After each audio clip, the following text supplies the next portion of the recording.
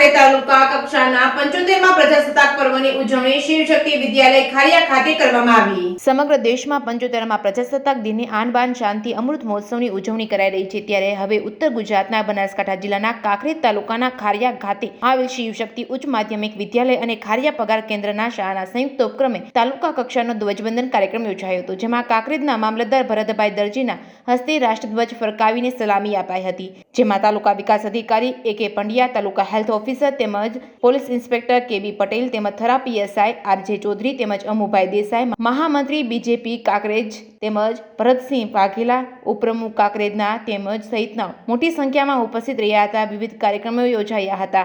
Reporting by Chaharsinh Vaghela, Kankrej.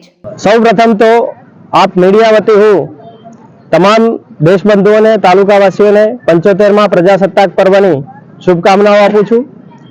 આજે જ્યારે આપણે 75 વર્ષ પૂર્ણ કરી અને નવા સમયમાં પ્રવેશી રહ્યા છીએ, ત્યારે આપણે સૌ એક ભારતની અને વિશ્વની જે આશાઓ છે એ આપણા દેશ તરફ જે છે એને સાકાર કરવા માટે આપણે સૌ એ દિશામાં આગળ વધીએ, પ્રયત્ન કરીએ, આપણી મૂળભૂત ફરજોને આપણે એનું પ્રામાણિકતાથી પાલન કરીએ તો આપણે એક વિકસિત ભારત તરીકે આપણા રાષ્ટ્રને જોઈ શકીશું।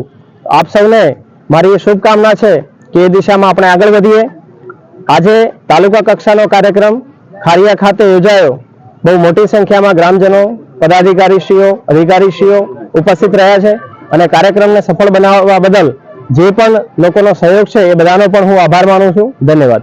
હવે સર, આજે 75મો પ્રજાસત્તાક દિનની ઉજવણી કાંકરેજ તાલુકાના ખારિયા મુકામે છે, તો ખાસ કરીને જે કાંકરેજ વાસીઓ છે આજના સુધીને આપનો શું સંદેશ છે સર?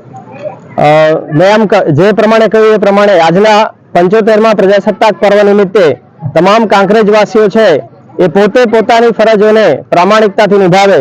વહીવટીતંત્ર તરફથી જ્યાં જ્યાં એમને જરૂર છે ત્યાં વહીવટીતંત્ર એમની સાથે રહેશે અને દરેક વ્યક્તિ છે પોતાની ફરજો છે એને યોગ્ય રીતે નિભાવે અને દેશના વિકાસની અંદર યોગદાન આપે એવી અપેક્ષા રાખું છું।